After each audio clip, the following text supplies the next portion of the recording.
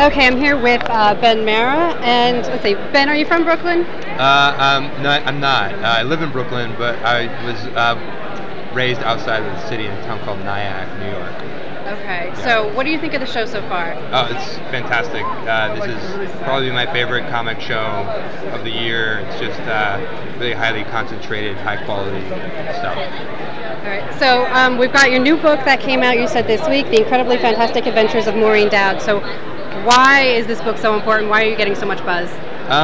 It's getting a lot of buzz because it's, I think, probably about a member of the media, and they like to write about, their brethren or sisters in this case.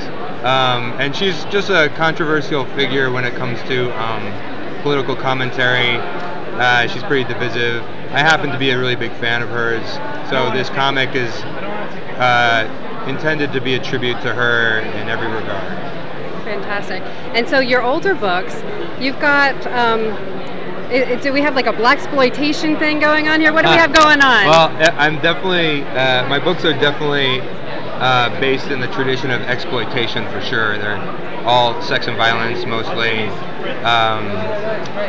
Yeah, I don't know. I like that sort of stuff that I'm really fascinated by. It's just really compelling subject matter, and I don't know. I think a lot of people respond to that sort of thing.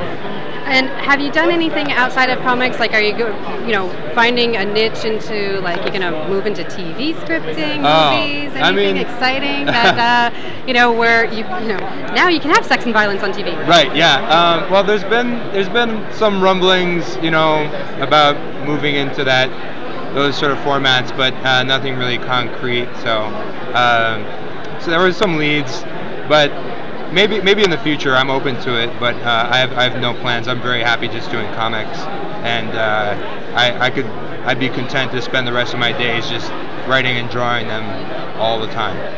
Fantastic. And since your stuff is more of an adult nature, shall we say? Yeah.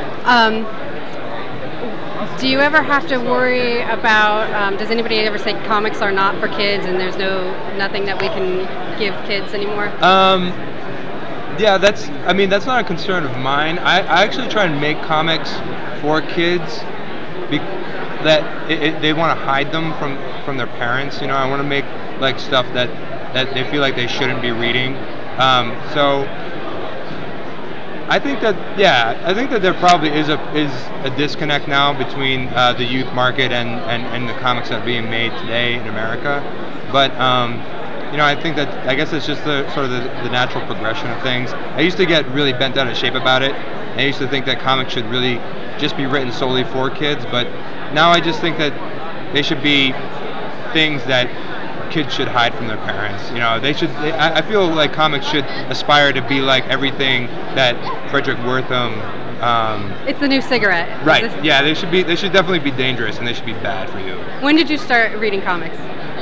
Oh, when I was very young. I learned to read reading Tintin books, so I think it was, I don't know, it was like 6, 7, or 8. I have no idea. Somewhere around there. That's awesome. Yeah.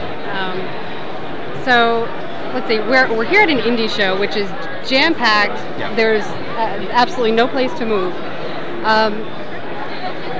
Do you think that there's a fair balance at this point between the indie and the mainstream? Yeah, I actually don't think that there's any difference. I think that indie books probably sell close to some mainstream books these days. I think it's a really balanced thing right now. The indie world is the segment of the industry that's actually drawing in new readers and non-comic book readers. I don't think that the mainstream comics do that. They figured out a way to make money, based on their Wednesday, comic market. But I don't have exact figures, but I do think it's a really balanced situation. Okay, and because it's still coming up, but we're already there. How do you feel about the digital distribution? Do you have plans for your work on any of the apps and Comixology and any of those? Yeah, I actually have my comics available through Panelfly, and I give them every single book that I come out with. So I'm all for the move into digital platforms. That's just, you know, the way things are going. I don't think though that the value of having an individual book as like an artifact or an art piece will ever be unattractive to people. I always think that there will be some hard copy that will be sold, but I think maybe for, you know, people that aren't sure or aren't devoted to certain storylines or characters or books, maybe they'd feel more comfortable, you know, just reading them digitally. That's fantastic. Thank you so much for all your time. Thank you so much.